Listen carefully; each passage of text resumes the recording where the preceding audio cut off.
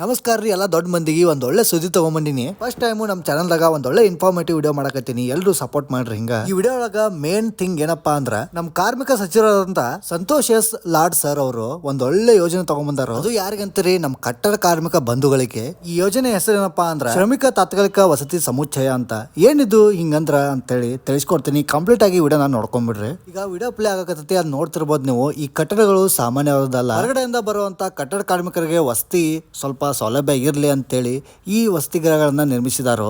Usually ನೀವು ನೋಡಬಹುದು ನಮ್ಮ ಉತ್ತರ ಕರ್ನಾಟಕ ಭಾಗದಿಂದ ಎಷ್ಟೊಂದು ಕಟ್ಟಡ ಕಾರ್ಮಿಕರು ಊರ್ ಬಿಟ್ಟು ಊರಿಗೆ ಬಂದು ಕಟ್ಟಡದ ಕೆಲಸ ಮಾಡ್ತಾರ್ರಿ. ಬಟ್ ಅವ್ರಿಗೆ ಉಳ್ಕೊಳಕ್ ಅಂತೇಳಿ ಒಂದ್ ಒಳ್ಳೆ ಜಾಗ ಇರೋದಿಲ್ಲ. ಜಾಗ ಇದ್ರು ಸಹ ಅಲ್ಲಿ ವಾಶ್ರೂಮ್ ದಾಗ್ಲಿ ಮತ್ತ ಜಳಕಕ್ಕೆ ಅಂತೇಳಿ ಬಿಸಿನೀರಿನ ವ್ಯವಸ್ಥೆ ಆಗ್ಲಿ ಎಲ್ಲೂ ಸಿಗುದಿಲ್ಲ ಅವ್ರಿಗೆ ಕರೆಕ್ಟ್ ಆಗಿ. ಇದ್ರ ಸಲುವಾಗಿ ಅಂತಾನೆ ನಮ್ಮ ಕಾರ್ಮಿಕ ಸಚಿವರಾದಂತ ಸಂತೋಷ್ ಎಸ್ ಲಾಡ್ ಅವರು ಒಂದೊಳ್ಳೆ ಯೋಜನೆ ತಗೊಂಡ್ಬಂದಾರ ನೋಡ್ರಿ. ಇದ್ರ ಬಗ್ಗೆ ಇನ್ನಷ್ಟು ಹೆಚ್ಚಿನ ಮಾಹಿತಿ ತಿಳ್ಕೊಬೇಕಪ್ಪ ಅಂದ್ರ ನಾನು ಯೂಟ್ಯೂಬ್ ಚಾನಲ್ ಲಿಂಕ್ ಬೈದಾಗ ಕೊಟ್ಟಿರ್ತೀನಿ, ಒಂದ್ಸಲ ಚೆಕ್ ಮಾಡ್ಕೊಂಡ್ಬಿಡ್ರಿ.